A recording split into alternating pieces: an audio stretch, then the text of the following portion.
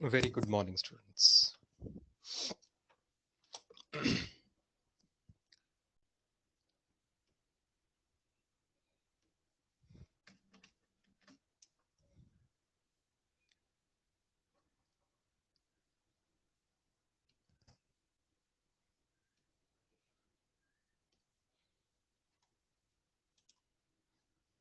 चलो WhatsApp पे let us start looking at yesterday's questions first.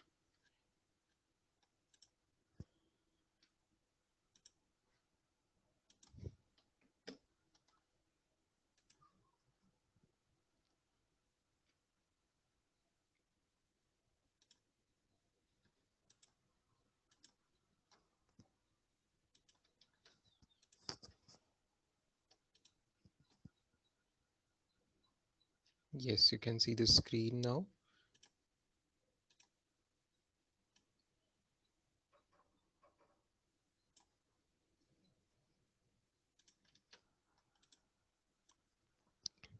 This was the first question, जो actually कल का last question in the classroom only, which we converted it into homework.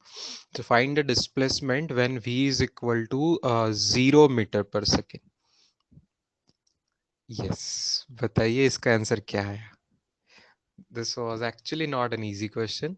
This was a fantastic question basically.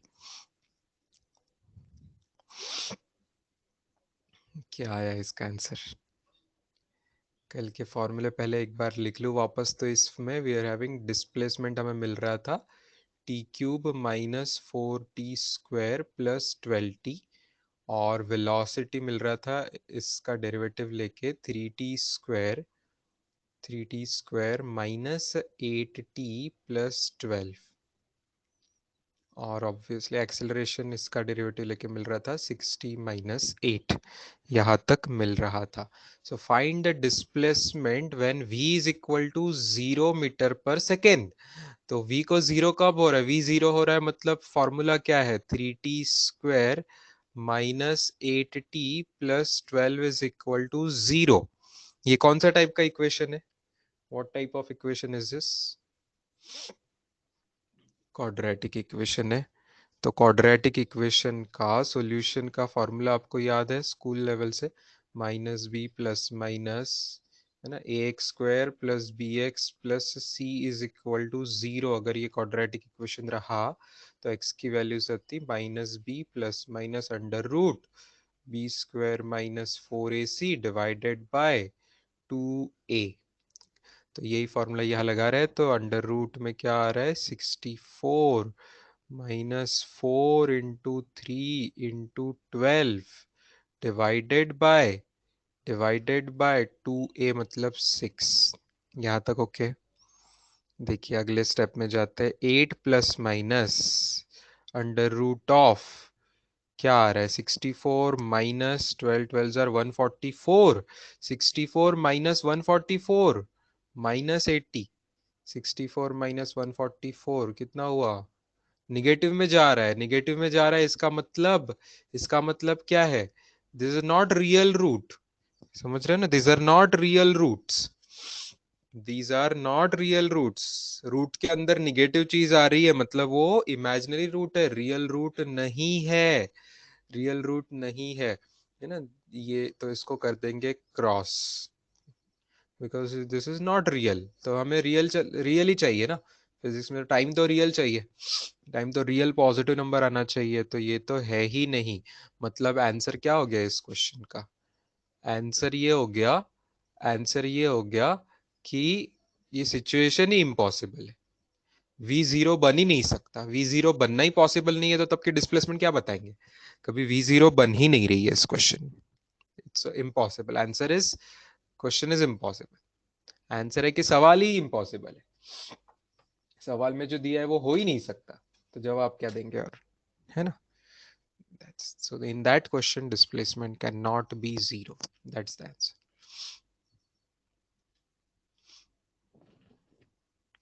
Velocity cannot be zero. I mean velocity cannot be a zero. That is the answer.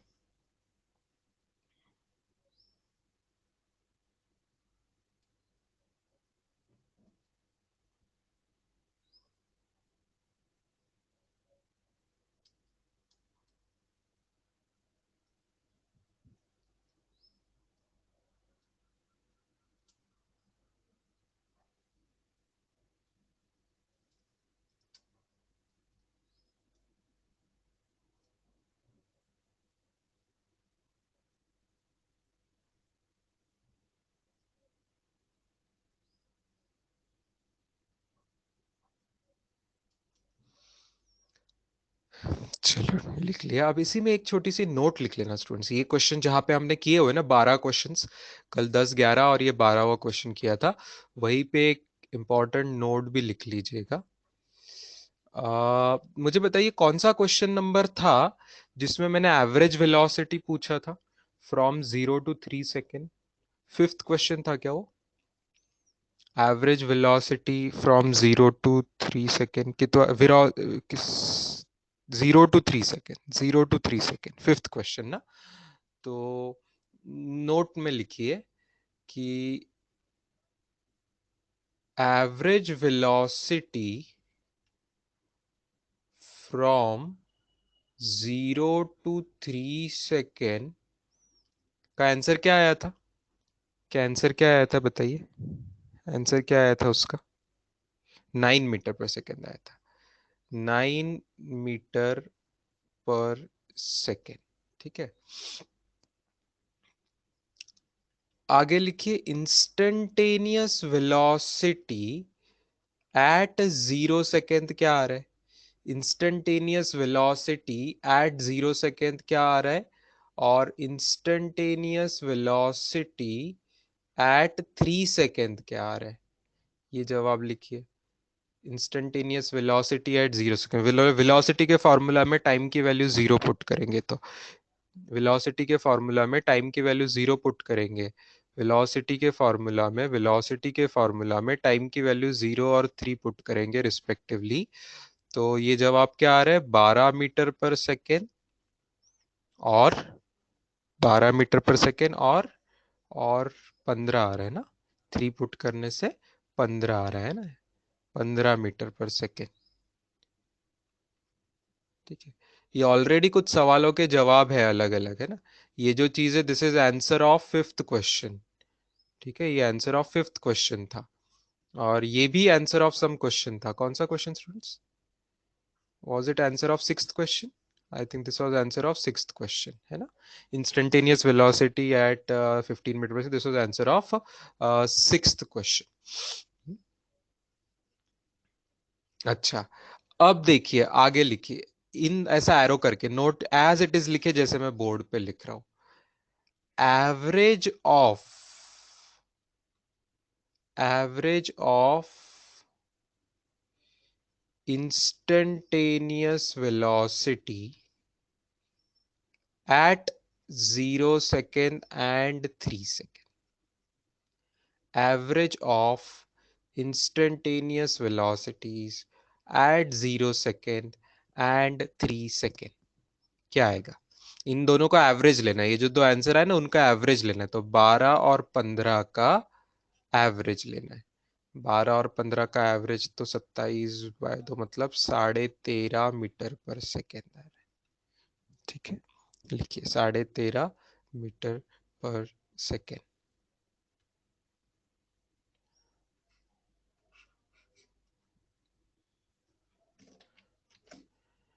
And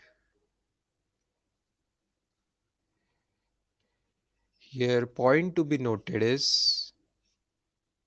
ये दो values are not same.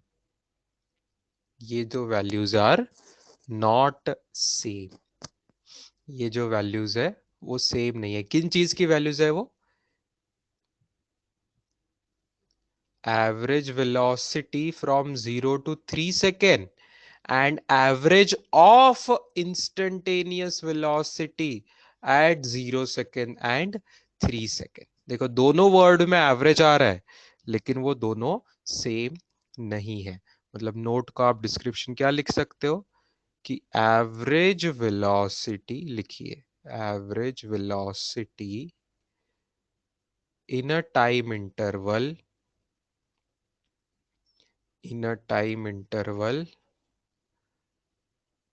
may not be same as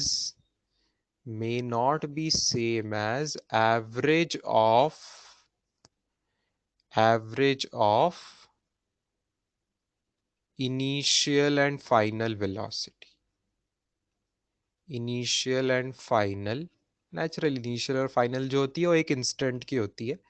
तो initial and final instantaneous velocities के average के बराबर होना जरूरी नहीं है. Need not be same, may not be same. Sometimes it may be same. In some situations it may be same, but it may not be same also.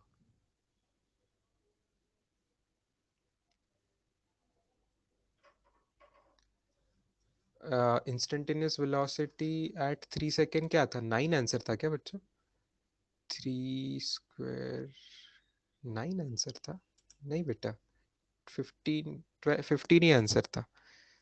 नहीं, 15 ही था ऋषिकेश, आपको मिस्टेक हो रही है, आपने गलत कुछ लिख दिया है या देख रहे हो. इंस्टेंटेनियस वेलोसिटी एट 3 सेकेंड तो 15 ही आई थी अपनी कल भी.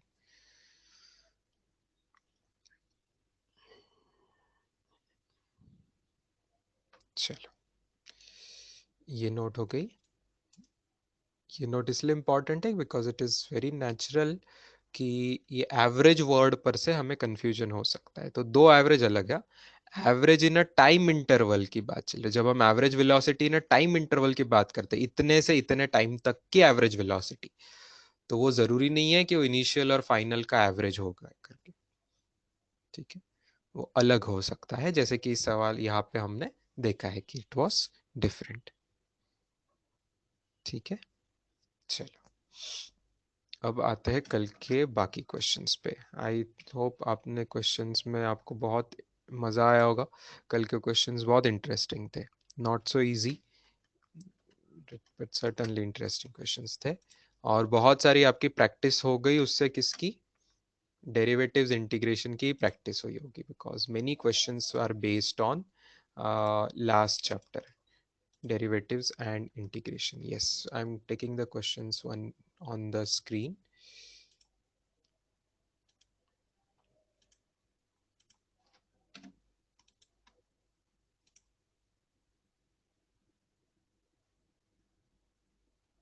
पहले जो 5 क्वेश्चंस थे आई बिलीव उसमें से पहला आसान ही था. दूसरा पहला और चौथा आसान था. First and fourth very easy. Second भी आ गया बच्चों को. थर्ड और फिफ्थ चाहिए. I will explain. चलो थर्ड क्वेश्चन में क्या है देखो. थर्ड क्वेश्चन में 3t is equal to 3t is equal to root of 3x plus 6. To be perfect I should tell कि ये क्वेश्चन सही नहीं बना है. ओके, भले AIPMT नाम के इतने बड़े एग्जाम में आया हुआ क्वेश्चन है, बट अगेन ये क्वेश्चन एकदम परफेक्ट नहीं है. यहाँ पे एक्चुअली उन्होंने वर्ड डिस्प्लेसमेंट नहीं यूज करना चाहिए. अगर इस क्वेश्चन को मुझे परफेक्ट करना है ना, तो मैंने यहाँ पे पोजीशन वर्ड यूज करना चाहिए. सवाल में x जो है ये यहाँ पे पोजीशन है, ऐसा यहाँ पे यूज करना चाहिए. ठीक है, इट्स नॉट डिस्प्लेसमेंट, ये पोजीशन है, ऐसी बात करनी चाहिए. स्टिल ठीक है. ये बात को अगर थोड़ा सा नजरअंदाज कर दे तो क्वेश्चन को सॉल्व कैसे करना है ये हम देखते हैं. यहाँ पे time is given in terms of x. चलो, क्या मैं x की टर्म अलग साइड ले लेता हूँ, ले सकता हूँ स्टूडेंट्स इस तरीके से? ये ऐसे हो गया, चलेगा. अब लेफ्ट साइड में से 3 कॉमन भी निकल रहा है, तो 3 × t - 2 is equal to square root of 3x. Now can we square both sides? Can we square both sides? तो इजी हो जाएगा, रूट हट जाएगा. So let us just square both sides. Therefore 3 का स्क्वायर 9 × t - 2 का whole square is equal to 3x. यहां तक मानते हो? अब एक 3 कैंसिल हो जाएगा, तो x का फॉर्मूला क्या बन रहा है? x का फॉर्मूला बन रहा है 3 × t - 2 का होल स्क्वायर. ठीक है, 3 × t - 2 का होल स्क्वायर, ये x का फॉर्मूला बना इन टर्म्स ऑफ टाइम. ये बना है x का formula in terms of time. ये बना है x का formula in terms of time. अब हमें चाहिए वेलोसिटी जीरो. okay? तो वेलोसिटी का फॉर्मूला क्या होता है? वेलोसिटी का फॉर्मूला होता है derivative of displacement. Derivative of क्या होता है? डिस्प्लेसमेंट। ओके, और डिस्प्लेसमेंट इस सवाल में कैसे फाइंड करेंगे? डिस्प्लेसमेंट कोई भी सवाल में फाइंड करते हैं x minus x naught. Okay, यहाँ पे x पोजीशन है तो x minus x naught. Okay, where x naught ही इनिशियल पोजीशन होती है, तो एक कांस्टेंट नंबर होता है। ध्यान से देखिए मैं क्या बोल रहा हूँ, इनिशियल पोजीशन एक कांस्टेंट नंबर होता है तो उसका डेरिवेटिव जीरो ही होगा हमेशा। तो dx बाय dt, सिर्फ पहली चीज का डेरिवेटिव बचेगा, मतलब derivative of 3 × t−2 whole square, 3 × t−2, so 3 common रहेगा, t−2 होल स्क्वायर का डेरिवेटिव आपको समझ रहा है 2 × t−2, 2 × t−2, so answer is 6 × t−2। ये बन गया वेलोसिटी का फॉर्मूला, ये बन गया वेलोसिटी का फॉर्मूला। अब वेलोसिटी कब जीरो बन रही है? देखिए अब वेलोसिटी कब जीरो बन रही है, सवाल में पूछा है ना, when velocity is zero, therefore v is equal to 0 means 6 into t−2 is 0। तो टाइम कितना आ रहा है? 2 सेकेंड आ रहा है, राइट? 2 सेकेंड पे वेलोसिटी जीरो बन रही है। वेलोसिटी कब जीरो बन रही है? 2 सेकेंड पे वेलोसिटी जीरो बन रही है। और तब हमें क्या पूछा है? तब x की वैल्यू क्या होगी ये पूछी है। तो at t is equal to 2 second, x क्या होगा भाई? x का फॉर्मूला देखिए, x का फॉर्मूला ऊपर निकाला हुआ है हमने, x का फॉर्मूला ऊपर निकाला हुआ है, तो x का वैल्यू क्या आ रही है? x इज इक्वल टू 3 × 2 - 2 का होल स्क्वायर। ठीक है, t की वैल्यू 2 पुट 2, तो आंसर जीरो आ रहा है। तो 0 मीटर्स, मीटर वगैरह नहीं है कोई, ठीक है, हाँ मीटर है, तो 0 मीटर्स एक्चुअली। तो 0 मीटर्स, आंसर इज जीरो। ठीक है, 0 metres to be precise, that is the answer. ठीक है, x की वैल्यू जीरो आ रही है एट द रिक्वायर्ड टाइम, लिख लीजिए।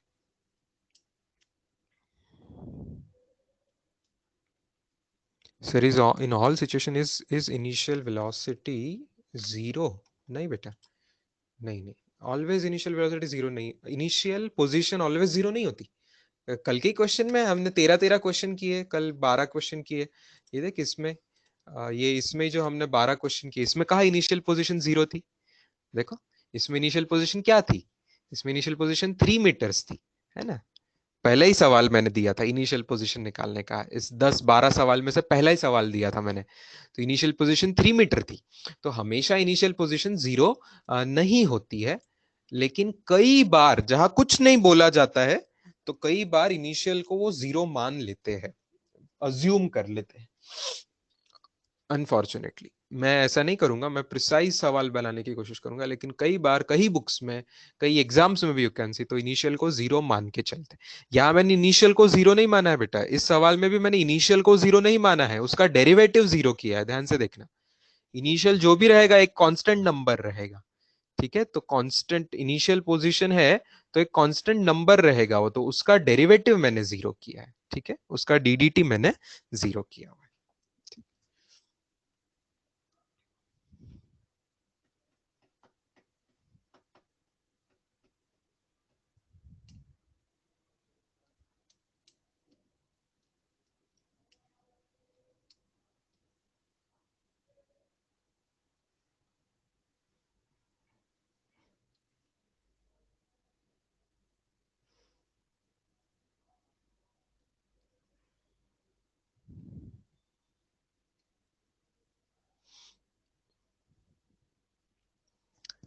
चलिए फिफ्थ क्वेश्चन पे आए, फिफ्थ क्वेश्चन पे आते हैं।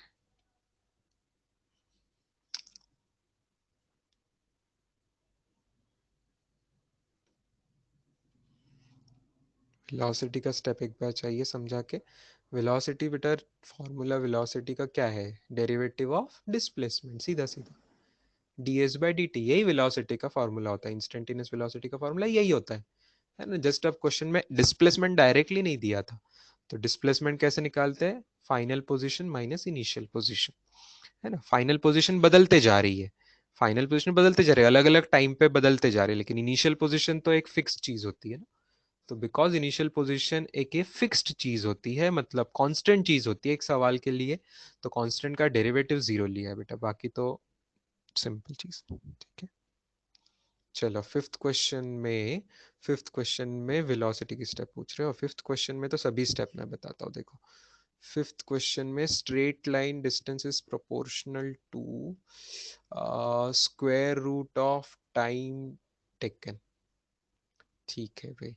अब स्ट्रेट लाइन मोशन में ऑब्जेक्ट सीधा सीधा जा रहा होगा तो उन्होंने डिस्टेंस, डिस्प्लेसमेंट, पोजीशन सब सेम ही ले लेते कई बार।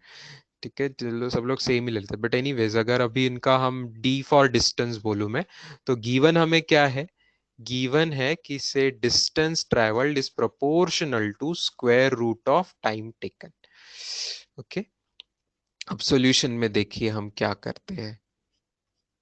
डिस्टेंस इज प्रोपोर्शनल, तो प्रोपोर्शनलिटी का कोई कांस्टेंट ले सकते हैं बच्चों, k इंटू रूट टी, ये बात समझ आ रही है?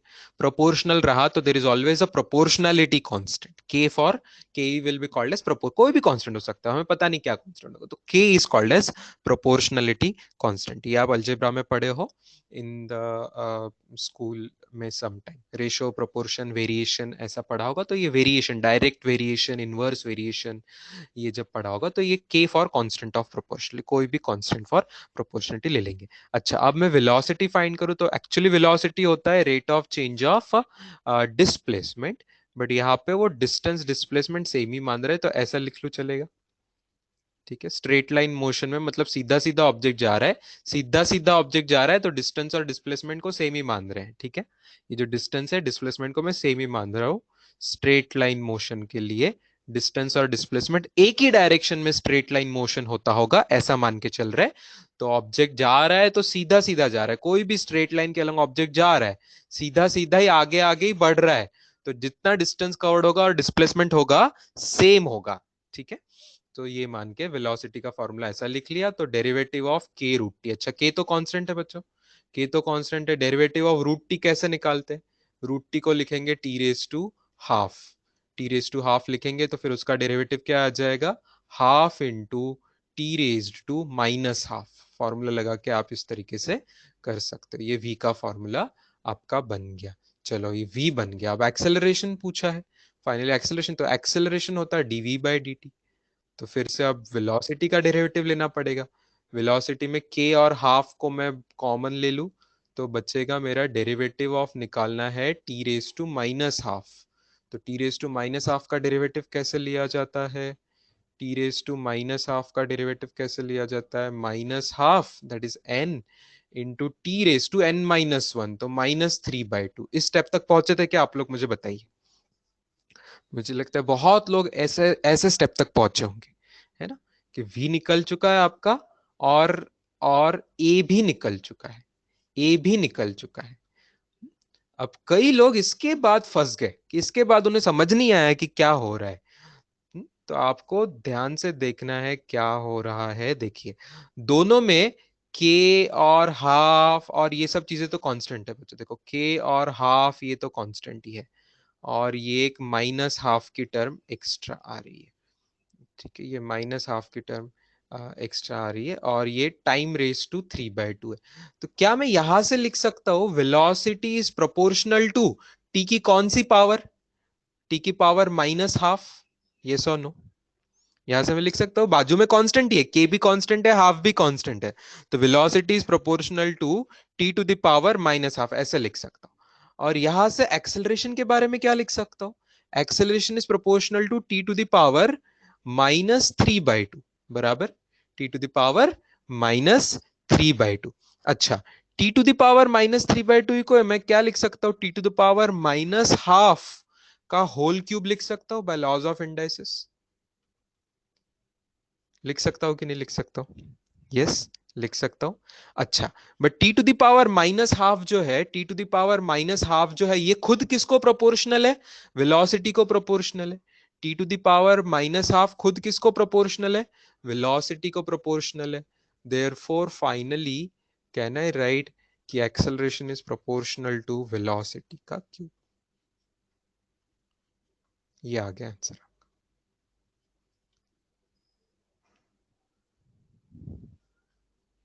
ठीक है, तो घुमा फिरा के पूछा हुआ था। सब कुछ हमें टाइम में निकालना आसान था, बट घुमा फिरा के acceleration in terms of velocity पूछा हुआ था। बहुत सुंदर क्वेश्चन है, ऐसे क्वेश्चन आते हैं एग्जाम्स में, जरूर आते हैं, लिख लीजिए।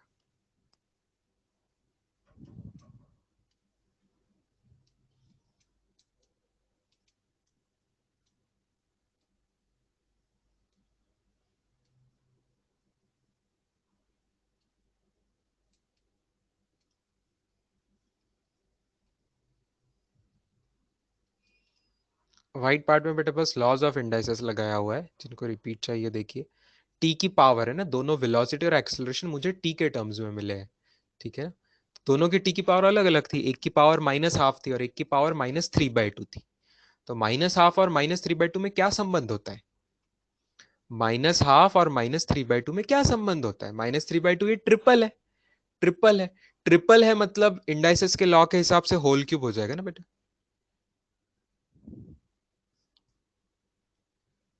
बस वही किया है। लॉज ऑफ इंडाइसिस में होल क्यूब करेंगे तो ट्रिपल होती थी ना पावर, इसीलिए वेलोसिटी के क्यूब को प्रोपोर्शनल।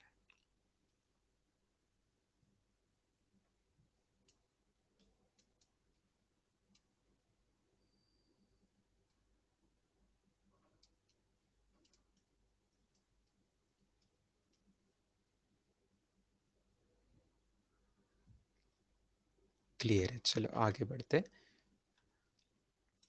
आगे के डाउट्स के नंबर बताइए आपके। 14-15 क्लियर था, 14-15 क्लियर था। मेडिकल बुकलेट वाले क्वेश्चंस का 14-15 वाज क्लियर।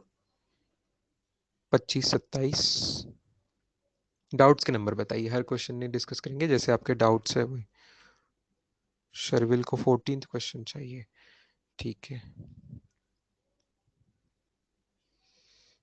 14-15 दोनों मांगे गए, ठीक है। ले लेते 14-15, आ जाइए जल्दी देखिए नेक्स्ट पेज।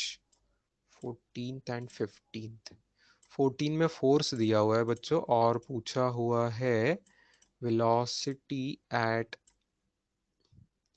क्या हम स्कूल लेवल से जानते हैं फोर्स और एक्सेलरेशन में कोई संबंध होता है कि नहीं होता है? होता है कि नहीं होता है? क्या होता है? F is equal to m a जानते हो। अब बस वेक्टर फॉर्मेट में कर देंगे, तो कौन कौन वेक्टर क्वांटिटी है?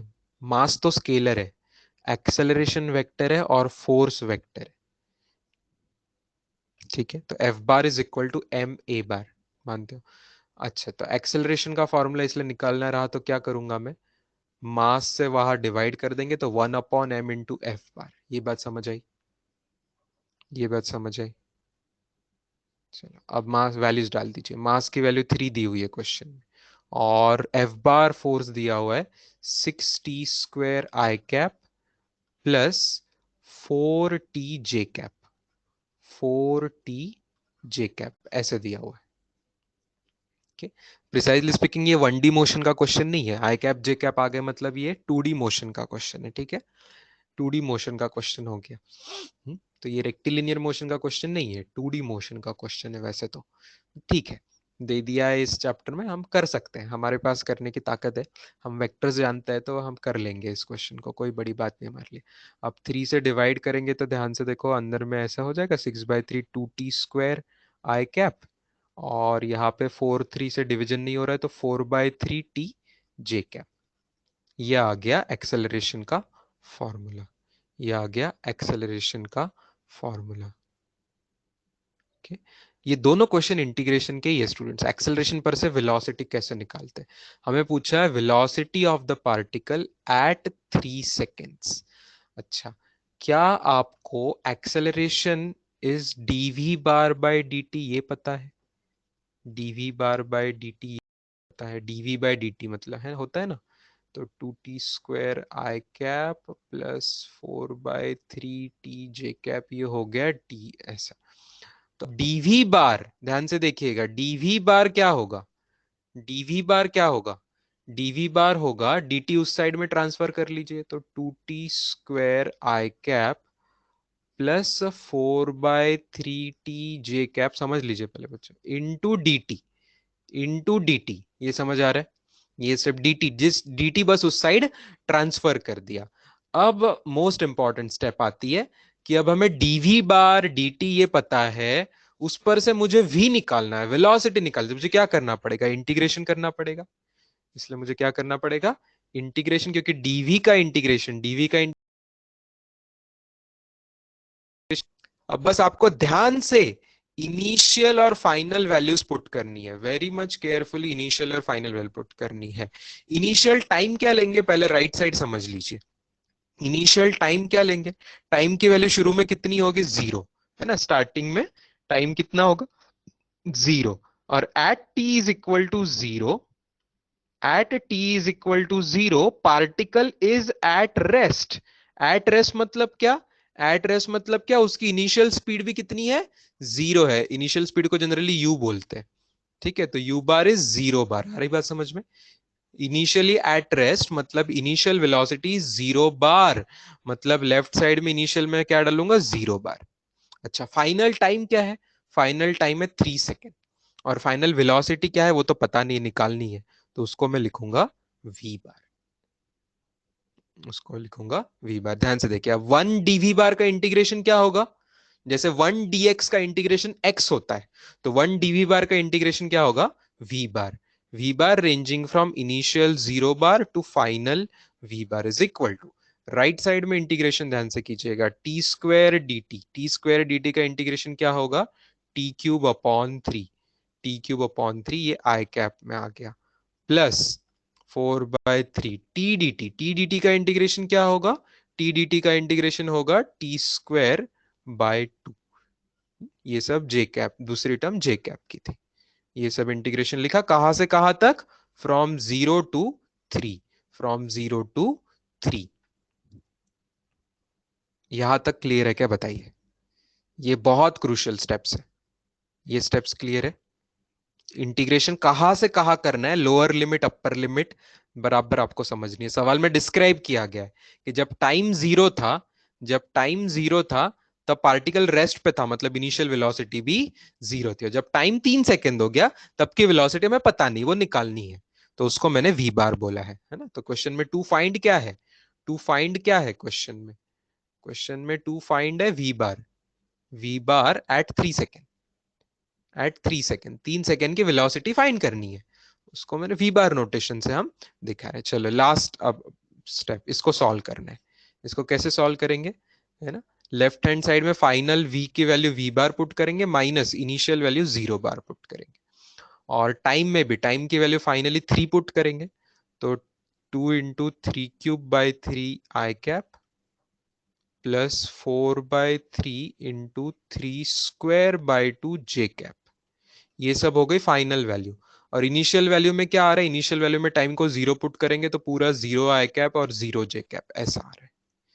इनिशियल इस बार 0, टाइम की वैल्यू 0 पुट करेंगे तो 0 0, तो देयर फोर सॉल्व कर लीजिए बस अब, v bar is equal to क्या आ रहा है, 0 0 0 तो सब 0 है, जो बच्चे है 3² 9, 9 2 18, 18 आई कैप, 18 आई कैप प्लस यहाँ एक एक 3 कैंसिल हुआ, 6 जे कैप, 18 आई कैप प्लस 6 जे कैप, फर्स्ट ऑप्शन।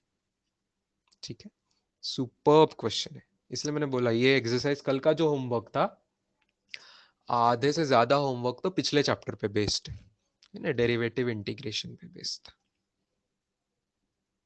अब मैं 15 नहीं करके दूंगा, 15 भी ऐसे ही करना है, ठीक है। 15 में बस वेक्टर फॉर्म में नहीं है, सीधा सीधा स्केलर फॉर्म में है।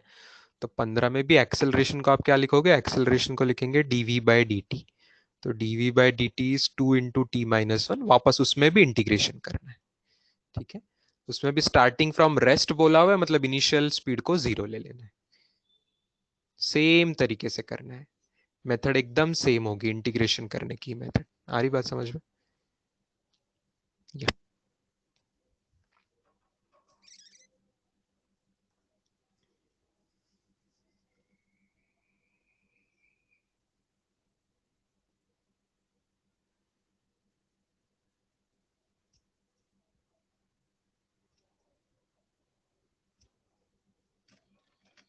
26वां क्वेश्चन होमवर्क में नहीं था बेटा, आपने उसका सब्सक्रिप्ट देखा होगा तो 25 और 27 से होमवर्क था उस पेज में से, मैंने टाइप करके नंबर्स भेजे हुए थे 26।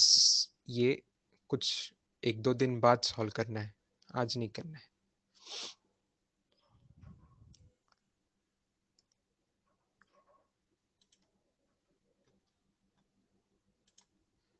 क्या 27 अगर आपको डाउट है तो आपने लेक्चर अटेंड ही क्या किया कल का? एवरेज स्पीड निकालने में क्या तकलीफ जा रही है आपको? एवरेज स्पीड जितना कितना आसान क्वेश्चन रहता है एवरेज स्पीड मतलब।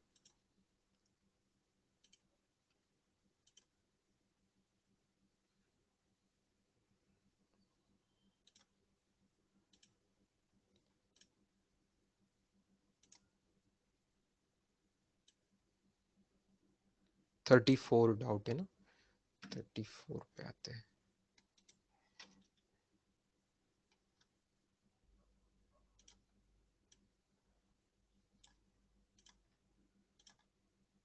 Particle moves at a time t, ऐसा ऐसा कुछ कुछ दिया हुआ है। Particle, the distance of the particle from O. अच्छा, distance from O, distance from O आप समझते हो ओ क्या है? ओ फॉर ओरिजिन ना, ओ एक्स मतलब एक्स एक्सिस है और ओ फॉर ओरिजिन है। Situation is like this, diagram में सिचुएशन इज लाइक दिस। ये x axis, x positive axis और कहीं तो ओरिजिन होगा। Please try to understand distance x of the particle from O, इसी को हम तो पोजीशन बोला करते हैं ना, उसका जो कोऑर्डिनेट होगा उसी को पोजीशन बोला करते हैं। तो यहाँ पे एक्स क्या डिनोट कर रहा है? पोजीशन डिनोट कर रहा है। ठीक है, x is denoting position. Therefore, small x, that is position, is 40 plus 12t minus t cube. बताओ what is initial position?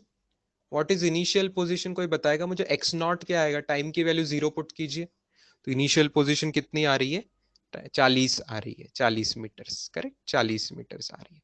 Initial position आ रही है 40 पे, 40 मीटर्स पे। अच्छा, तो डिस्प्लेसमेंट कितना होगा? Displacement will be x minus x not. x minus x not कर दीजिए, 40 40 कैंसिल होगा तो डिस्प्लेसमेंट का आंसर आएगा 12t minus T cube. Therefore velocity बता सकते हो? फिर वेलोसिटी मतलब इसका डेरिवेटिव लेके क्या आएगा? Derivative 12 minus 3t square. Velocity आ गई 12 minus 3t square.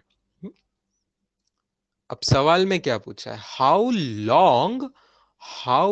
Long would the particle travel, how long would the particle travel before coming to rest, before coming to rest. Rest का मतलब क्या होता है?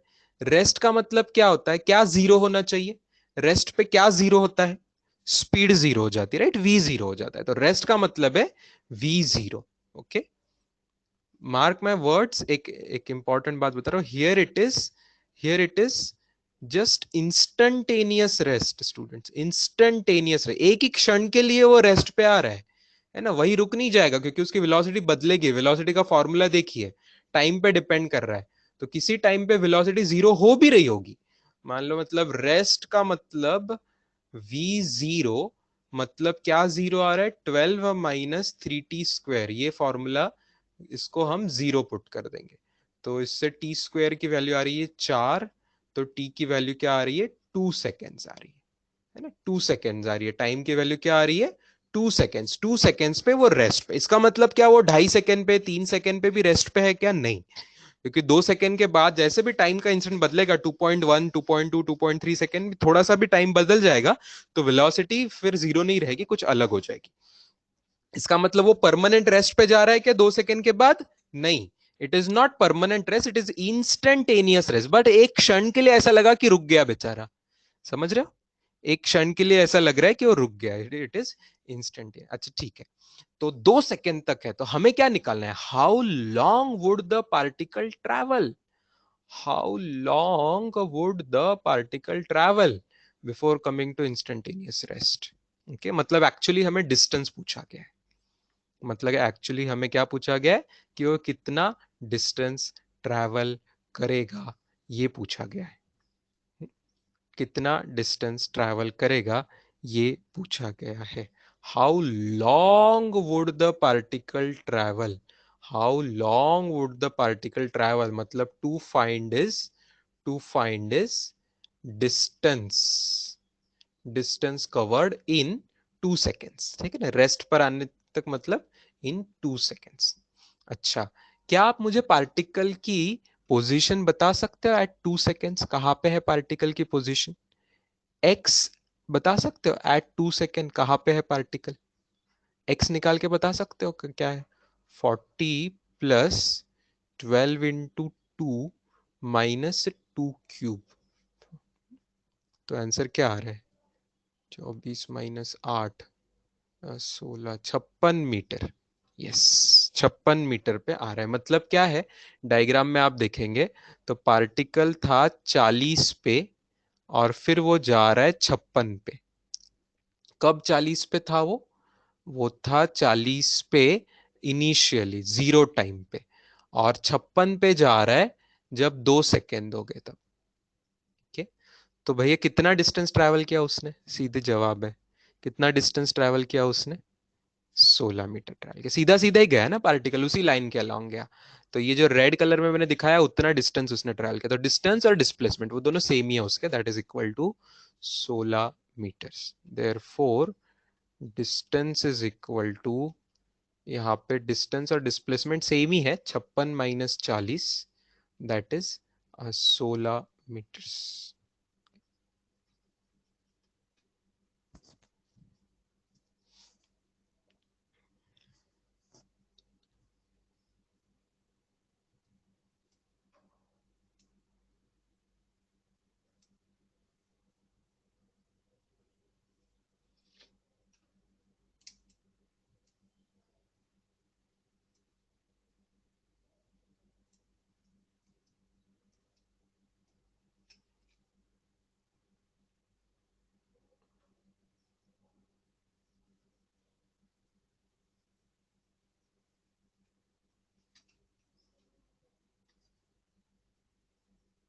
आगे बताइए, आगे बाकी क्वेश्चंस आसान थे क्या? 36 आपको कल नहीं आया होगा अगर, तो अब आ जाएगा। अभी हमने इंटीग्रेशन का सवाल किया, वैसे ही 36 भी इंटीग्रेशन का है बच्चों, 36 भी इंटीग्रेशन का है। सब repeat the last step, last step, last step क्या है? लास्ट स्टेप मतलब रेड कलर की, वो डायग्राम पर से निकाली मैंने, डायग्राम दिख रही तुझे? वो डायग्राम पर से लास्ट स्टेप निकाली। 56 और 40 का सब्ट्रैक्शन करेंगे, वो डिस्टेंस होगा ना ट्रैवल्ड, ऐसे। 40 और 56 ये कोऑर्डिनेट है, पॉइंट के कोऑर्डिनेट है, पोजीशन है मतलब कोऑर्डिनेट है, तो उसका डिफरेंस लेगा ना तो डिस्टेंस के लिए, वही किया है।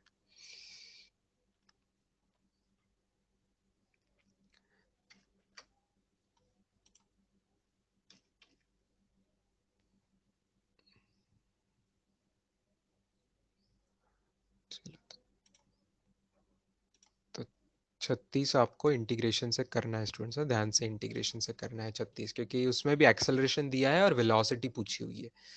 तो जिस जिस सवाल में एक्सेलरेशन है तो फिर एक्सेलरेशन को dv/dt लिखते हैं, तो फिर हमें वो इंटीग्रेशन से करना पड़ेगा। तो वो आपके लिए छोड़ रहा हूँ। 37 is asked as a doubt. 37 में कुछ टफ है क्या? What is the position when it achieves maximum speed? सवाल लिखते हैं। एक्स की वैल्यू क्या दी है? एक्स की वैल्यू दी है 9t² - t³। अच्छा, what is initial position then बच्चों? What is initial position? X naught क्या है? टाइम जीरो पुट कीजिए तो एक्स नॉट जीरो आ रहा है, तो डिस्प्लेसमेंट क्या हो जाएगा? एक्स माइनस एक्स नॉट, तो हो जाएगा 9t² - t³ हो जाएगा। इस पर से डेरिवेटिव लो तो वेलोसिटी निकलेगी आपकी, वेलोसिटी क्या निकलेगी? 18t - 3t², 18t - 3t²। ठीक है, अब क्या आपको पिछले चैप्टर में याद है कि किसी भी चीज का मैक्सिमम मिनिमम निकालना रहा, मैक्सिमम या मिनिमम निकालना रहा, तो हमें क्या करना पड़ता है? उसका डेरिवेटिव जीरो लेना पड़ता है। तो हमें मैक्सिमम स्पीड चाहिए, तो maximum speed for maximum speed क्या करना पड़ेगा? स्पीड का डेरिवेटिव जो है वो लेना पड़ेगा 0।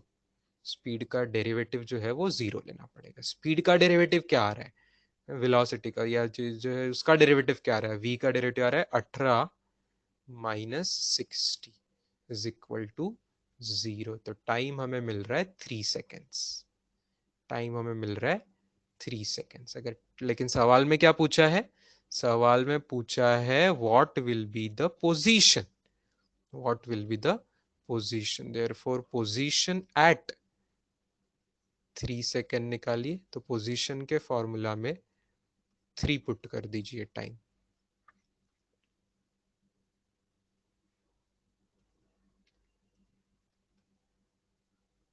क्या आ रहा है आंसर, आंसर आ रहा है 54 मीटर।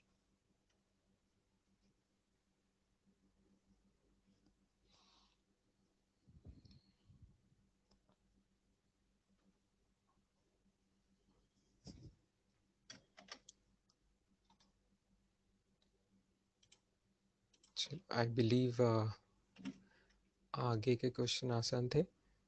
42 किसी को नहीं आया होगा, अब आ जाएगा मेरे ख्याल से।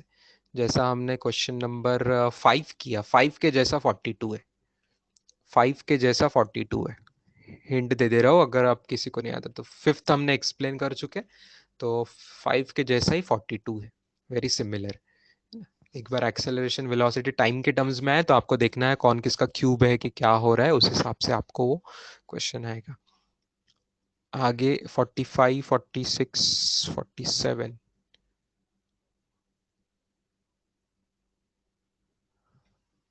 47 डाउट है तो मैं समझ सकता हूँ। 46 में कोई दम नहीं है। 46 पूछा जा रहा है मतलब पढ़ाई नहीं करते, पढ़ते ही नहीं है आप।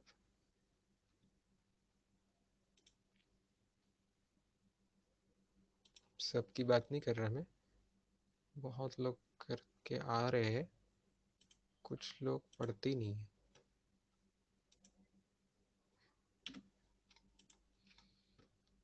46, 46 बच्चों वाला क्वेश्चन, एकदम एकदम बच्चों वाला है। बार बार, कितनी बार हमने ऐसा क्वेश्चन कर चुके हैं आज भी। एक्स पर से फिर डिस्प्लेसमेंट निकालेंगे, एक्स माइनस एक्स नॉट। यहाँ पे एक्स नॉट क्या आ रहा है, एक्स नॉट आ रहा है 8, तो 8 8 सब्ट्रैक्ट हो जाएगा।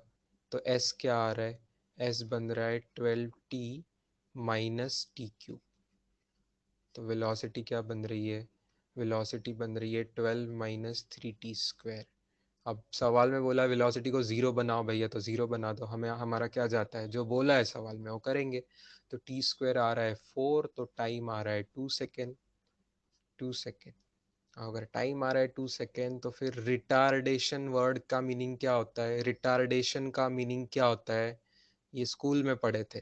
जब निगेटिव एक्सेलरेशन होता है, मतलब डिसलरेशन होता है, उसको बोलते हैं रिटार्डेशन। तो भैया यहाँ पे पहले एक्सेलरेशन तो निकालो, बाद में रिटार्डेशन की बात करेंगे। एक्सेलरेशन का फॉर्मूला क्या आ रहा है, इसका डेरिवेटिव लेंगे तो -3 × t² का डेरिवेटिव 2t, मतलब -6t आ रहा है। एट 2 सेकेंड्स निकालना है, एट 2 सेकेंड्स निकालना है।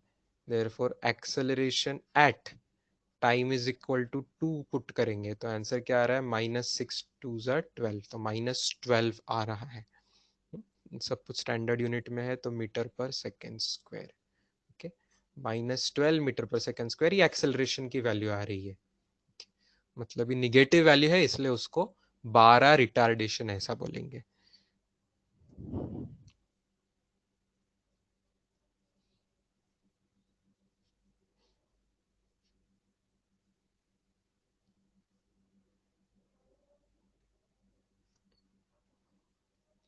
47 क्वेश्चन मैंने ट्रेलर करके दिया था आज के थेरी के लिए।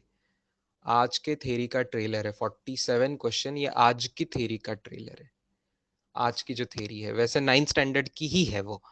क्या आपको ये बात पता चल रही है स्टूडेंट्स की एक्सेलरेशन के फॉर्मूला में कोई टाइम की टर्म है क्या, यहाँ पे नहीं है ना। कोई टी स्क्वायर टी क्यूब ऐसा कुछ दिख रहा है क्या, नहीं है। मतलब क्या मैं बोल सकता हूँ इस क्वेश्चन में एक्सेलरेशन कांस्टेंट है, एक्सेलरेशन कांस्टेंट है, करेक्ट।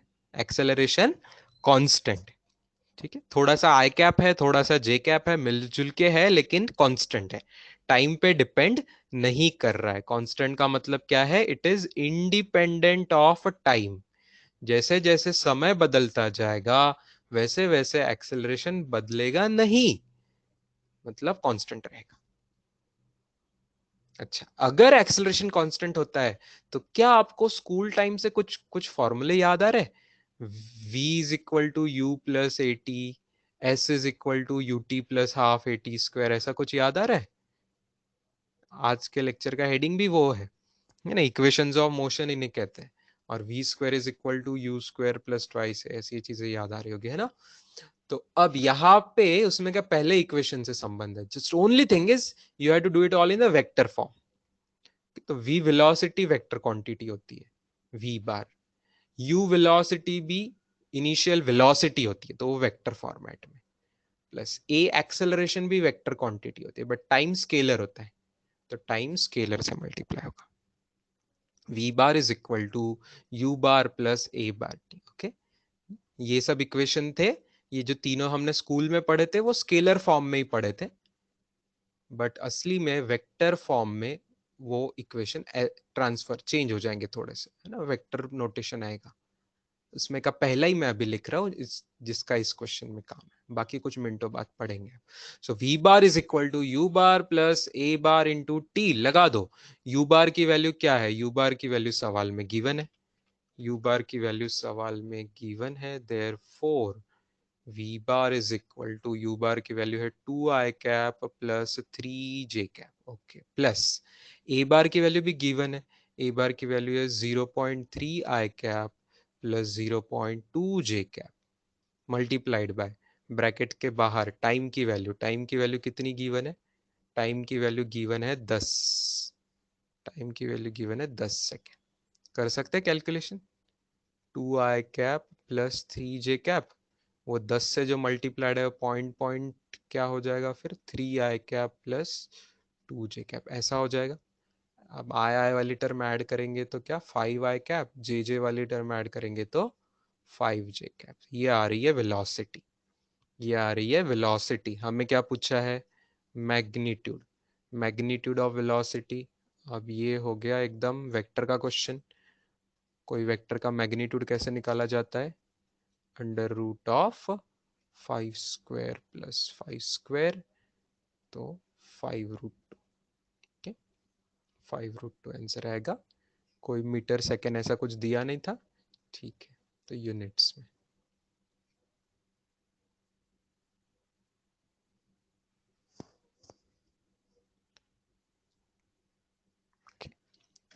चैतन्य क्या पूछ रहे हैं? Chaitanya is asking sir average acceleration, average acceleration का फॉर्मूला से भी आएगा ना? एवरेज एक्सेलरेशन के फॉर्मूला से भी आएगा ना?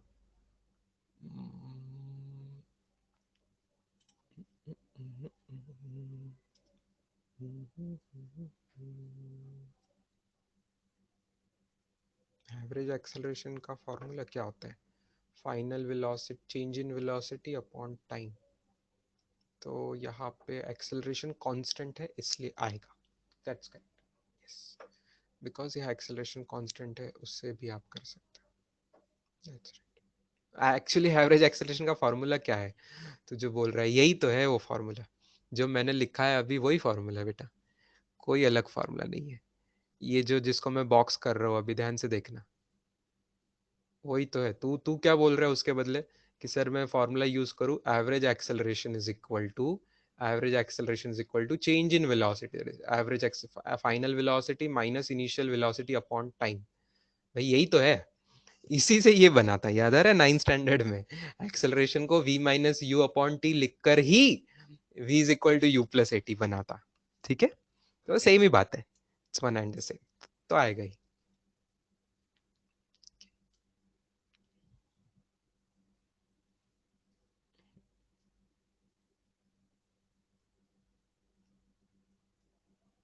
बस ऐसा है कि दुनिया के हर क्वेश्चन में ऐसा नहीं होगा, ओके। दुनिया के हर क्वेश्चन में ऐसा नहीं होता है, जब कांस्टेंट एक्सेलरेशन रहा तो उस क्वेश्चंस में होगा। ठीक है, ये equation of motion are applicable only for constant accelerated motion. ये आपको 9th स्टैंडर्ड में स्पेशल नोट आपने पढ़ी होगी साइंस में कि इक्वेशंस ऑफ मोशन जो है v is equal to u plus t वगैरह type, they are applicable if only if there is a constant acceleration.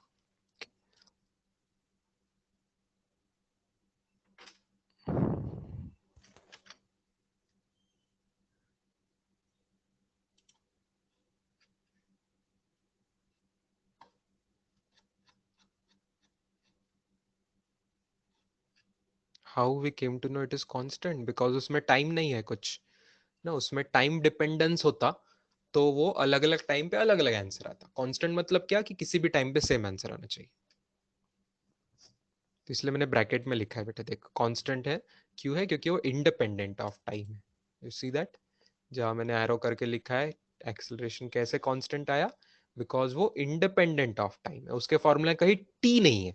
अगर एक्सेलरेशन के वैल्यू में फॉर्मूला में कहीं टी दिया होता है ना, t, t square, t cube, root t, कुछ भी टी पे डिपेंड करता तो अलग अलग टाइम की वैल्यू पे वो अलग अलग आता था, मतलब नॉट कांस्टेंट होता था। ठीक है, यस, ये चीज समझना बहुत जरूरी है। टाइम एक्सेलरेशन कांस्टेंट है, इसीलिए ये इक्वेशन हम लगा सकते हैं, नहीं तो नहीं लगा सकते।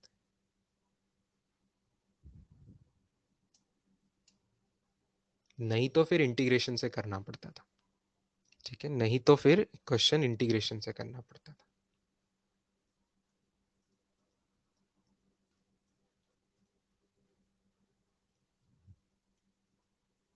मैं ऐसा करता हूँ ना, discussions are going very interesting and important, तो मैं बचा हुआ जो होमवर्क डिस्कशन है ना स्टूडेंट्स, वो कल ले लूंगा। इंजीनियरिंग बुकलेट वाले क्वेश्चंस जो 3 थे, और वो कल ले लूंगा। अभी नई थ्योरी भी मुझे करनी है, और मुझे ये 47 का ही सार्थ ने जो पूछा अभी, सार्थ ने जो अभी पूछा है उसके हिसाब से मैं 47 क्वेश्चन का ही एक थोड़ा सा डुप्लीकेट टाइप क्वेश्चन लेता हूँ, सिमिलर क्वेश्चन। ठीक है, क्वेश्चन में मैं थोड़ा सा चेंज कर दूंगा। Okay, let's call it question number 47 star. Let's call it question number 47 star. ठीक है, मैं थोड़ा चेंज कर रहा हूँ। इनिशियल वेलोसिटी जो इसको यू बार में बोलूंगा वो सेम रख रहे, 2i cap plus 3j cap. ठीक है, सेम रखते हैं।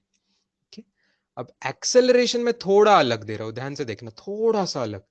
0.3i cap plus 0.2 t t t t t cube j cap. 0.2 t cube j cap. ठीक है, थोड़ा सा अलग कर दिया क्वेश्चन मैंने, only little bit change. Okay, एक एक्स्ट्रा की ऐसे टर्म दे दी, और बाकी हमें वही चीज है, to find magnitude of velocity after 10 seconds.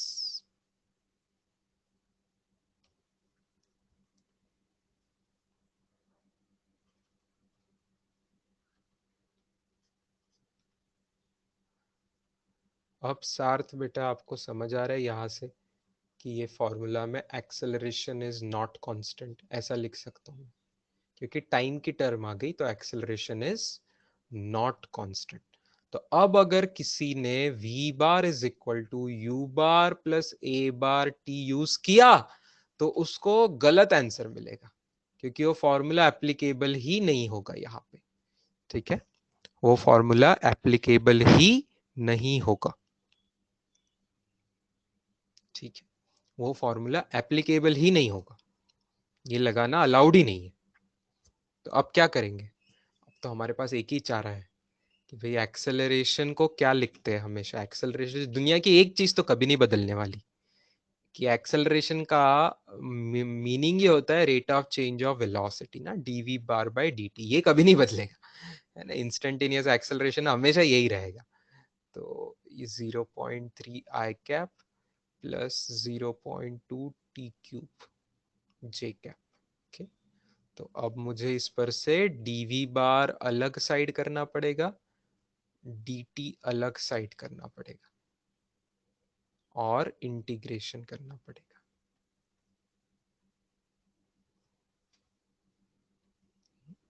Integration की लिमिट्स एकदम ध्यान से रखना।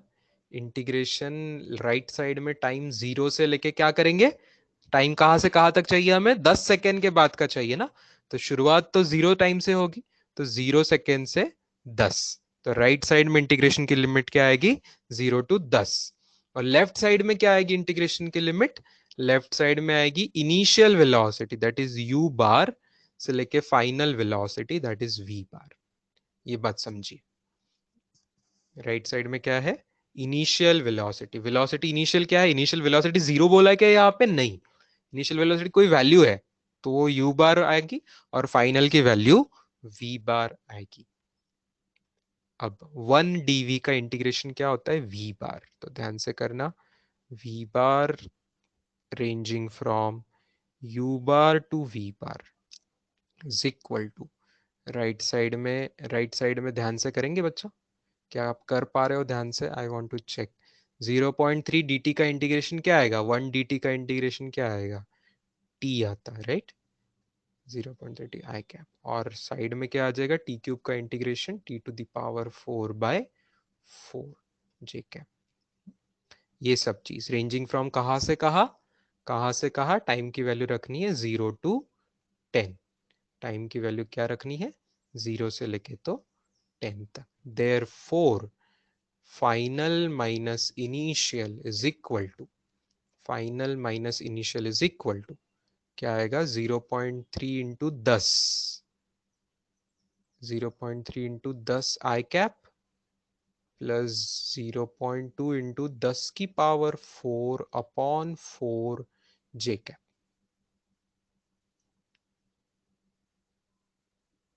ये फाइनल हुआ, माइनस इनिशियल में आपको डायरेक्ट टी की वैल्यू 0 पुट करके सब 0 0 मिल रहा है, 0 i cap plus 0 j cap मिल रहा है। क्या आ रहा है, सॉल्व कीजिएगा ध्यान से। So it is coming 3 I cap plus 10 to the power 4 मतलब क्या होता है, 4 zeros लग जाएंगे तो 2000 आ जाएगा वो, 2000/4 मतलब 500 जे कैप।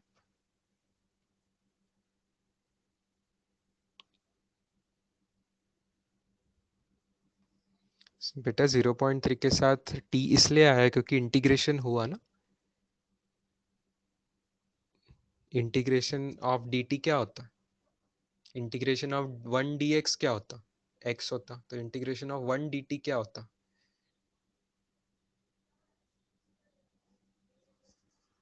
अरे ओ कल, हाँ ध्यान में ऐसा। तो यहाँ तक पहुंचे हम, तो बताइए फाइनल आंसर क्या आएगा, हमें क्या फाइंड करना था, u बार पुट करना बाकी है अभी तक, ओके, तो v बार की वैल्यू के लिए u बार पुट करना बाकी है, ये u बार यहाँ पे आ जाएगा, तो u बार प्लस ये answer 3 I cap plus 500 J cap, u bar put कीजिए क्या है, u बार सवाल में दिया था 2 I cap plus 3 j cap, तो ओवरऑल आंसर क्या आ रहा है, 5 I cap plus 503 j cap. तो मैग्नीट्यूड ऑफ वेलोसिटी पूछा है तो आंसर क्या आएगा, आंसर आएगा under root of 5 square plus 503 square, ये आंसर आएगा। This is the answer in units, okay, this much units, ये आंसर आएगा 5 स्क्वायर प्लस 503 स्क्वायर। सर्टेनली ये 5 का स्क्वायर बहुत छोटा होने वाला है, तो आंसर अप्रोक्सीमेटली 503 यूनिट्स ही आ जाएगा, 503 पॉइंट समथिंग कुछ आएगा, तो अप्रोक्सीमेटली 503 यूनिट्स ही आ जाएगा। मैग्नीट्यूड ऑफ वेलोसिटी पूछा है ना, इसलिए मैग्नीट्यूड में अंडर रूट लेके हम आंसर देंगे।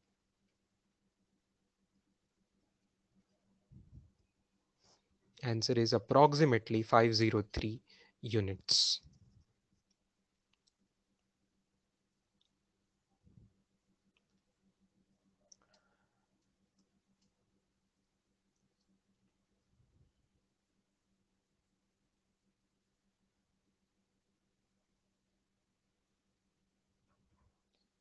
इसमें इस पूरे पेज में सॉल्यूशन में सबसे ज्यादा इंपॉर्टेंट पार्ट मैं बोलूंगा रेड कलर का है, जो क्रॉस किया हुआ है, वो फॉर्मूला नहीं लगाना, ये एकदम ध्यान से समझ लो, क्योंकि सबकी आदत होती है कहीं पे भी v is equal to u plus at लगाते बैठते हैं, कहीं पे भी लगा देते हैं, ऐसा नहीं चलता है। Okay, v is equal to u plus a t हर जगह नहीं लगेगा।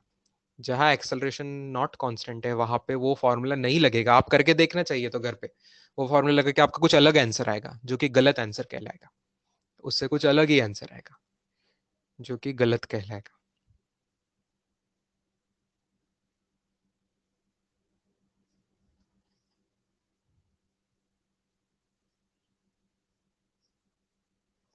यस, चलो।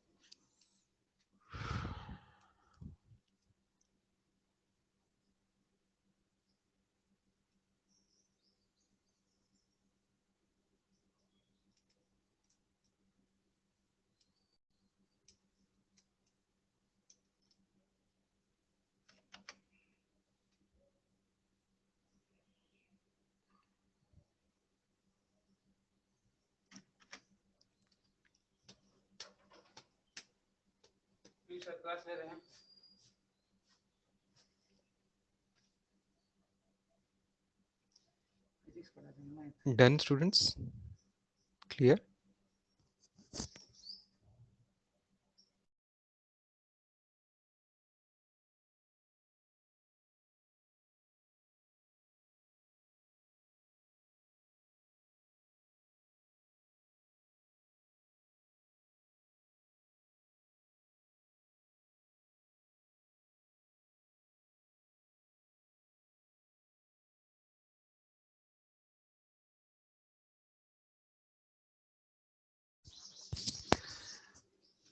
अब आते हैं आज के असली इंटरेस्टिंग टॉपिक पे।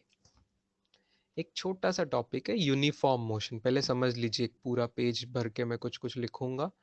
यूनिफॉर्म मोशन, यूनिफॉर्म वर्ड से क्या समझ आ रहा है? This is also done in school only, this is kind of revision only. Uniform motion से क्या समझ आता है? यूनिफॉर्म, यूनिफॉर्म मतलब ऑब्जेक्ट प्यार से सेम स्पीड से चलती जा रही है, राइट?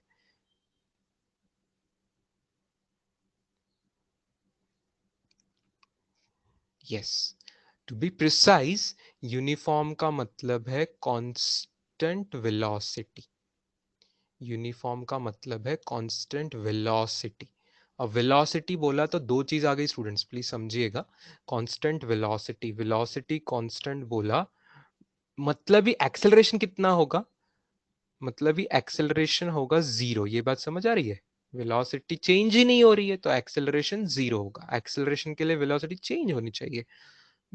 तो जीरो एक्सेलरेशन मतलब ही कांस्टेंट वेलोसिटी। ये है यूनिफॉर्म मोशन की डेफिनेशन। ये है यूनिफॉर्म मोशन की डेफिनेशन। अब दो चीज इसमें समझने लायक है। कांस्टेंट वेलोसिटी का मतलब वेलोसिटी वेक्टर क्वांटिटी है ना, तो कोई वेलोसिटी वेक्टर क्वांटिटी है मतलब दोनों चीजें कांस्टेंट रहेगी। उसका मैग्नीट्यूड मतलब स्पीड भी कांस्टेंट रहेगा, कांस्टेंट स्पीड रहेगा, एंड सेम डायरेक्शन, डायरेक्शन भी सेम रहेगी। डायरेक्शन आगे पीछे नहीं बदलेगी, ठीक है? डायरेक्शन भी सेम रहेगी। कांस्टेंट वेलोसिटी, वेलोसिटी मतलब मैग्नीट्यूड डायरेक्शन दोनों constant. Speed is a magnitude and direction भी सेम चाहिए। कांस्टेंट वेलोसिटी मतलब स्पीड भी सेम और डायरेक्शन भी सेम। सिंपल बात है। अब अपने लिए यहाँ पे वेक्टर फॉर्म में वगैरह में इसको प्यार से लिखेंगे तो एक्सेलरेशन जीरो है तो मैं लिख दूं a bar is equal to zero bar. A bar is equal to zero bar. Therefore acceleration का फॉर्मूला रहता है students d v by dt। D v by dt, तो d v by dt is zero बार।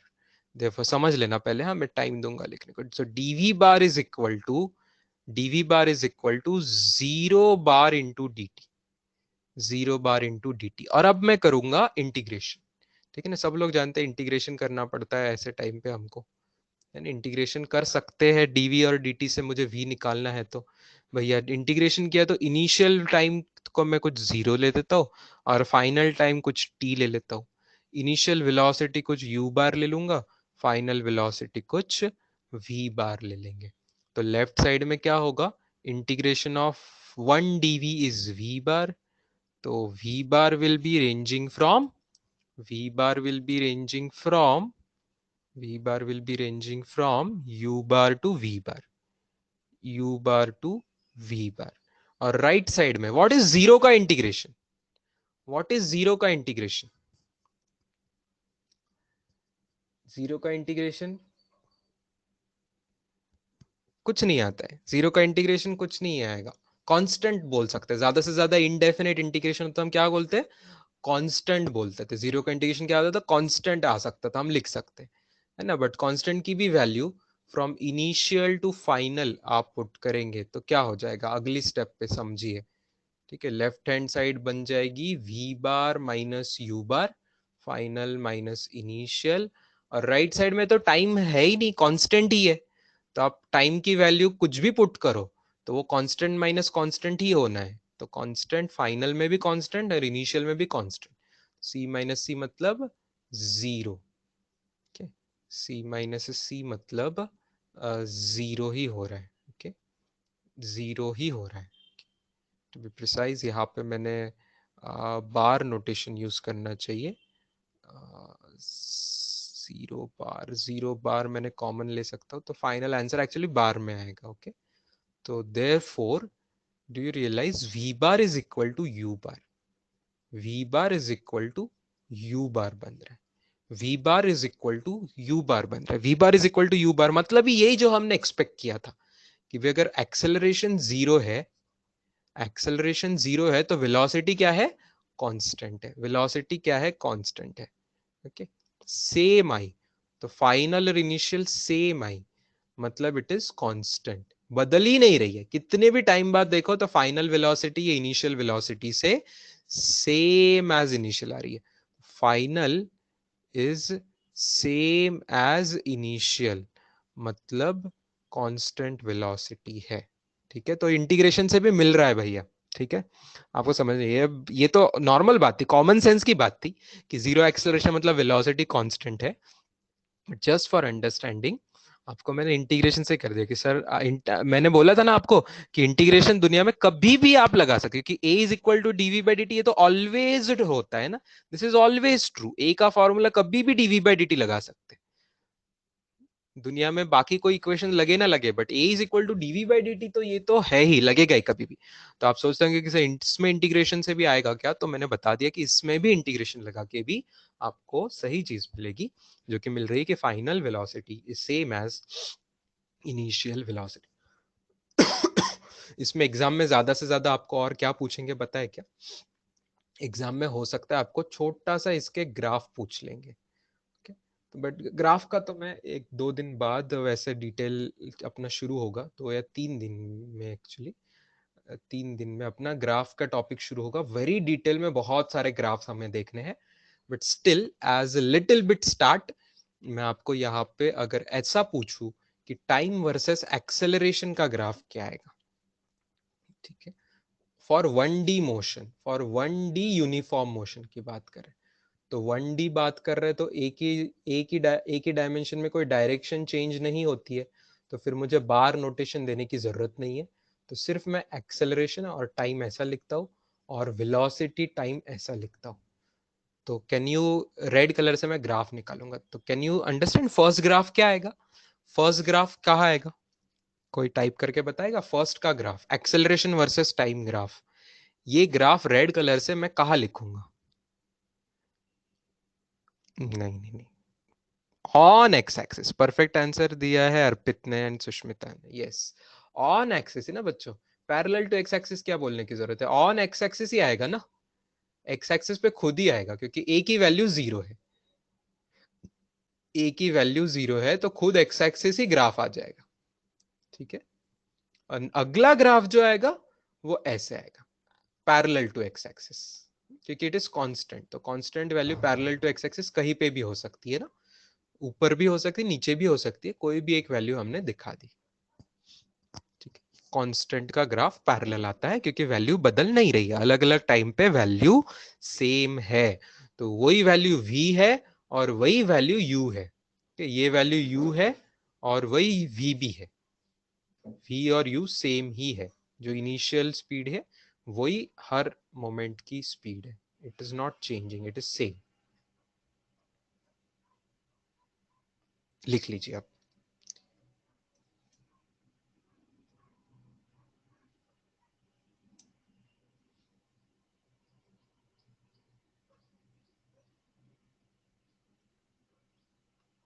एक और मैं व्हाइट कलर में लिख रहा हूँ, वो भी लिख लीजिएगा वहां पे।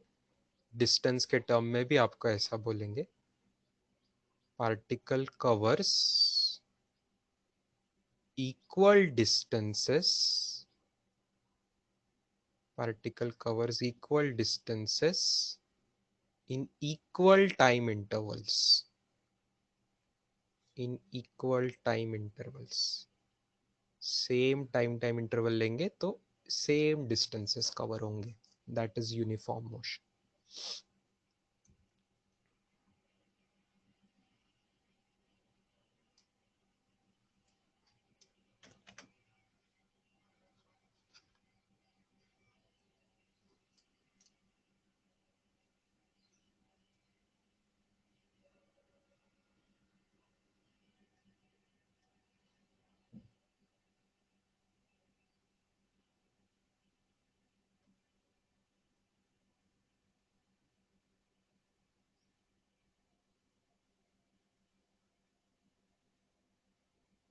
गावंडे क्या बोल रहा है, so you will be on v, तो वही तो निकाला ना डायग्राम में। डायग्राम में वी को ही तो यू लिखा है ना मैंने, ग्रीन कलर से क्या लिखा है ग्राफ पे देख, वी की वैल्यू वाई एक्सिस पे है, तो वी की पूरी वैल्यू यू ही है, यू और वी सेम है, वही तो निकाला है। यहाँ पे वी वेरिएबल करके बोलते ना, ए की वैल्यू वाई एक्सिस पे, टाइम एक्सिस पे, ये वी एक्सिस, टाइम एक्सिस। तो वी एक्सिस पर जो ग्राफ है पूरा, वो जो है वो यू वैल्यू ही दे रहा है। यू की जो ग्रीन कलर की वैल्यू है वही रेड कलर से हर पॉइंट की वैल्यू वही है, you means every point velocity is you only.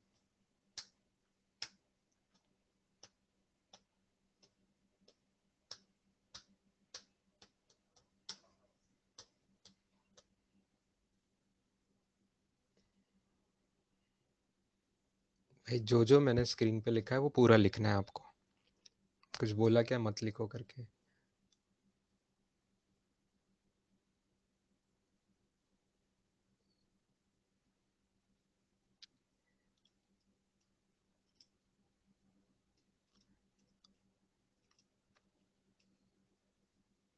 Yes, अर्पित पूछ रहे सर एक्सेलरेशन अगर टाइम डिपेंडेंट रहेगा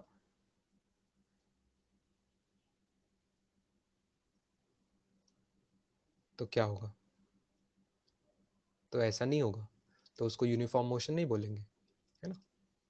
यहाँ एक्सेलरेशन, यूनिफॉर्म मोशन में एक्सेलरेशन जीरो होना चाहिए, एग्जैक्टली ऑलवेज जीरो होना चाहिए, तो ये यूनिफॉर्म मोशन कह लेंगे। If acceleration is dependent on time then is it jerk और something else. What is jerk, jerk हमने देखा था ना होमवर्क में, it is rate of change of acceleration. तो rate of change of acceleration jerk होता है। तो अगर acceleration is dependent on time तो जर्क में भी constant, may not be constant, ये तो चलते ही जाएगा। देखो इसलिए क्यों मैंने जर्क ऐसा अलग से बुक्स में नहीं पढ़ाया जाता है, वो सिर्फ अरियन के डीपीपी में आया था, क्योंकि तेरे सवाल में समझ गया और जवाब मैं अगले पेज पे भी दे रहा हूँ। सबका लिखना हो गया होगा तो मैं दे रहा हूँ। देखो बेटा, अगर कहीं पे पोजीशन डिस्प्लेसमेंट का फॉर्मूला ऐसा आ रहा है, मान लो टी टू द पावर 8, या इतना बड़ा नहीं, चलो टी टू द पावर 6 लेते हैं, तो वेलोसिटी क्या आएगा बच्चों, वेलोसिटी आएगा इसका derivative 6 t to the power 5। Acceleration क्या आएगा, एक्सेलरेशन इसका डेरिवेटिव आएगा, तो 6 5 30 टी टू द पावर 4। और जर्क क्या आएगा, और let me call it D A by d T, ठीक है। D A by d T क्या आएगा, D A by d T क्या आएगा, D A by d T आएगा 120 टी क्यूब। तो भाई इसका भी डेरिवेटिव और ले सकता हूं मैं, 360 T square, that is D of D A by d T, है ना। तो डबल डेरिवेटिव ऑफ एक्सेलरेशन। तो भैया अब सबको नाम देते फिरेंगे तो हमारे पास वर्ड्स कम पड़ जाएंगे। इसको डिस्प्लेसमेंट बोलते, इसको वेलोसिटी बोलते, इसको एक्सेलरेशन बोलते, इसको भी कुछ नाम दो, इसको भी कुछ नाम दो, इसके आगे कुछ आएगा उसको भी नाम दो, इसको भी नाम दो, तो ऐसे तो अनगिनत नाम लगेंगे हमको। आ रही बात समझ में अर्पित में क्या बोलना चाह रहा हूँ, है ना। तो rate of change of acceleration, then rate of change of acceleration, then rate of change of acceleration, है ना। तो ऐसे तो चलते ही जाएगा, है ना। तो ये सब नाम नहीं दिए जाते। अब कुछ बुक्स में ये इस वर्ड को जर्क बोला है, कुछ बुक्स में इसको जर्क बोला है उस बुक में। अब इसको क्या बोलना पड़ेगा? Rate of change of jerk. Rate of change of jerk, तो भाई इसको भी कुछ नाम देना पड़ेगा। पर्क नाम दे दो, तुम्हारी मर्जी, पर्क नाम दे दो, क्या बोलूं मैं अभी, है ना। फिर अगला और होगा rate of change of perk, कि उसको नाम दे दो, कुछ नाम दे दो, अर्पित नाम दे दो उसको। फिर रेट ऑफ चेंज ऑफ अर्पित नाम होगा, उसको कुछ और नाम दे दो। तो मेरा नाम दे दो इस बार। तो ऐसे तो चीजें चलती जाएगी, ठीक है। तो ये नाम फेमस नहीं है, जर्क ऑनवर्ड्स नहीं है, पहले तीन नाम फेमस है, डिस्प्लेसमेंट, वेलोसिटी, एक्सेलरेशन, ये फेमस है। तो all of them may be time dependent also. Velocity, displacement, velocity, acceleration, rate of change of acceleration, उसका double rate of change of, ये सब भी टाइम डिपेंडेंट हो सकते हैं। उसमें से कोई भी कांस्टेंट होना जरूरी नहीं है इन जनरल। ठीक है, चलो।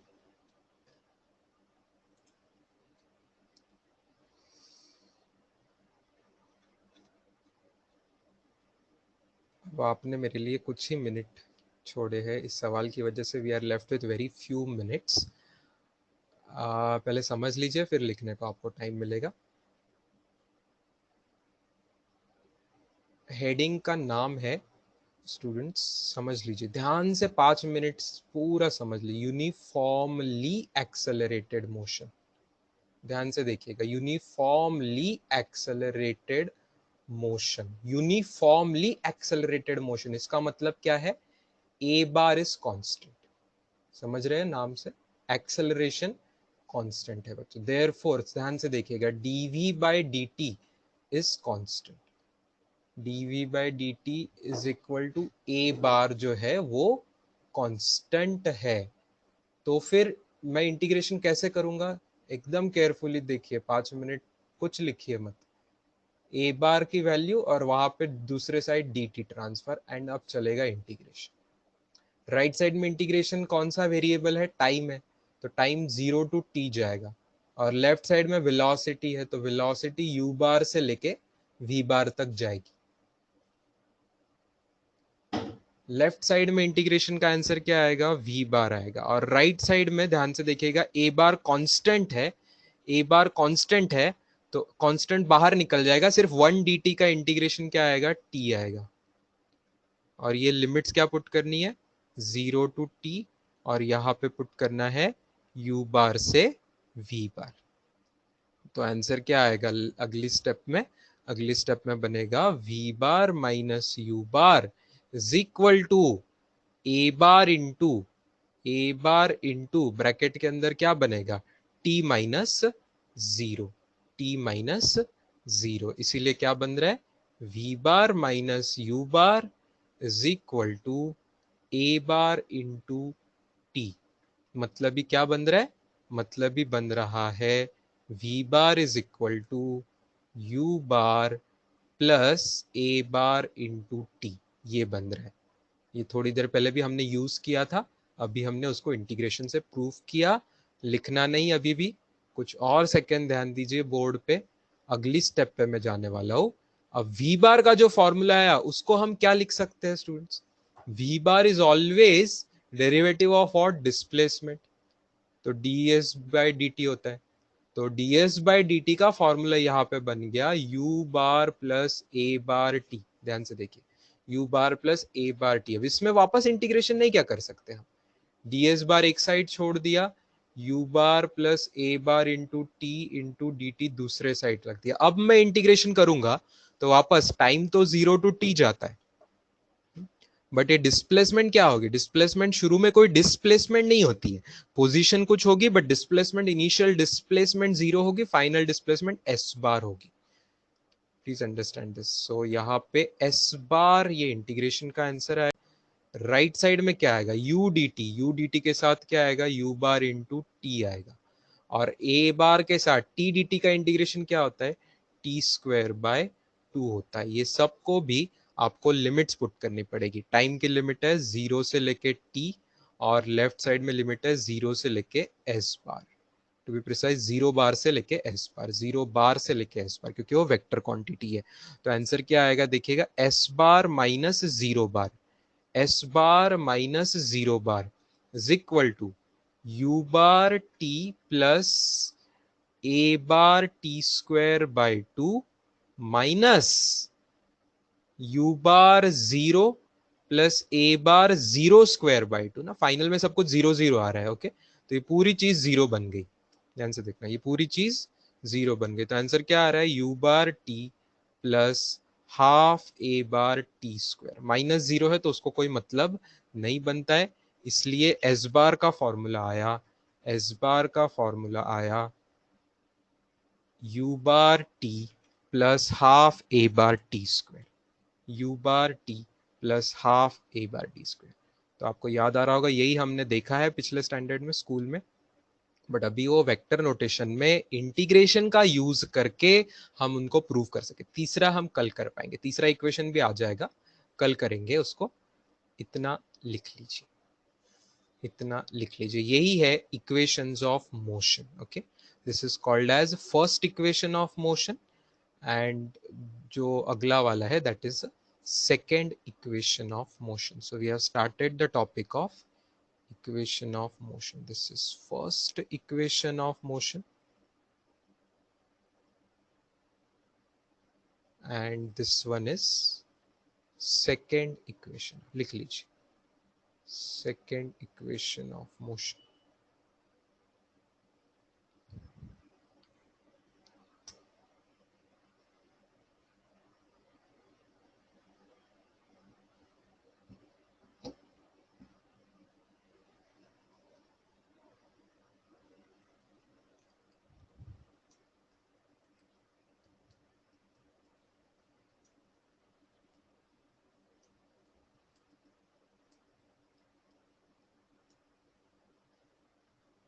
मैं आपको होमवर्क दे रहा हूं यहाँ पे, डिराइव करने को, derive third equation of motion. ये होमवर्क में कल मैं करके दूंगा आपको, but you also try it your self. Third equation of motion कैसे बनेगा, क्या कुछ और इंटीग्रेशन करेंगे कि क्या करना पड़ेगा, वो आपको सोचना है।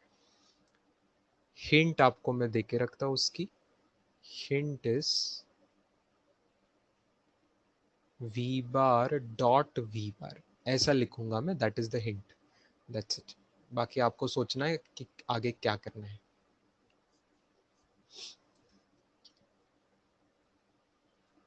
चलो, इतना लिखने के बाद done for the day, see you tomorrow students, good day.